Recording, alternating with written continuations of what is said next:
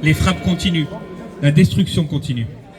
Un cessez-le-feu qui laisse un peuple enfermé, privé d'eau, de soins, de liberté, ce n'est pas la paix, c'est la gestion d'une prison à ciel ouvert.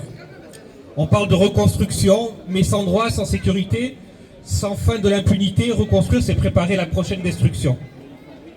En Cisjordanie, la colonisation avance, les expulsions continuent, la pression militaire continue, la réalité c'est ça. Ici en France, on tente de faire taire la solidarité, campagne médiatique, amalgame, accusations répétées jusqu'à saturation, parce que le pouvoir en place sait qu'il est fragile. Parce qu'il sait que la France insoumise est aujourd'hui la seule force d'opposition populaire. Alors on détourne le débat et on fabrique des polémiques. On nous traite d'antisémites parce que nous dénonçons un gouvernement. On nous attaque sur une phrase, sur une prononciation, sur un détail monté en polémique. C'est grave, c'est faux et c'est une méthode.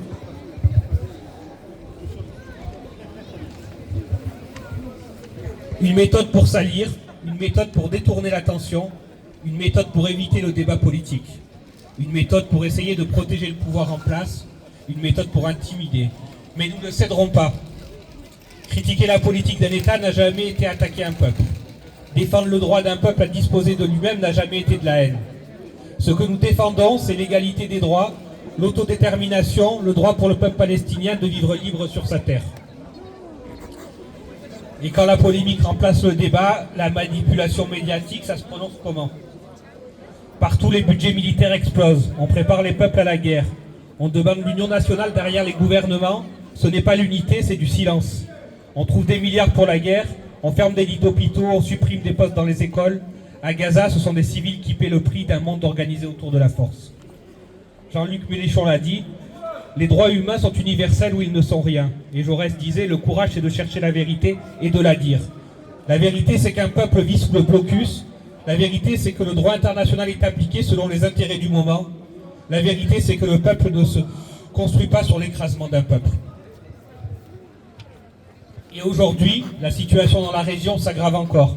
Netanyahou et Trump ont lancé une attaque militaire contre l'Iran, avec des explosions signalées à Téhéran et un état d'urgence déclaré.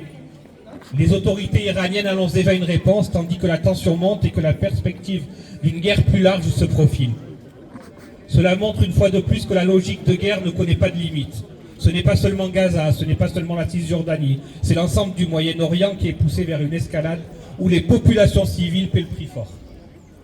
C'est pour cela que nous exigeons la fin du blocus, la protection réelle des civils, l'arrêt des livraisons d'armes et la reconnaissance pleine et entière de l'État de Palestine.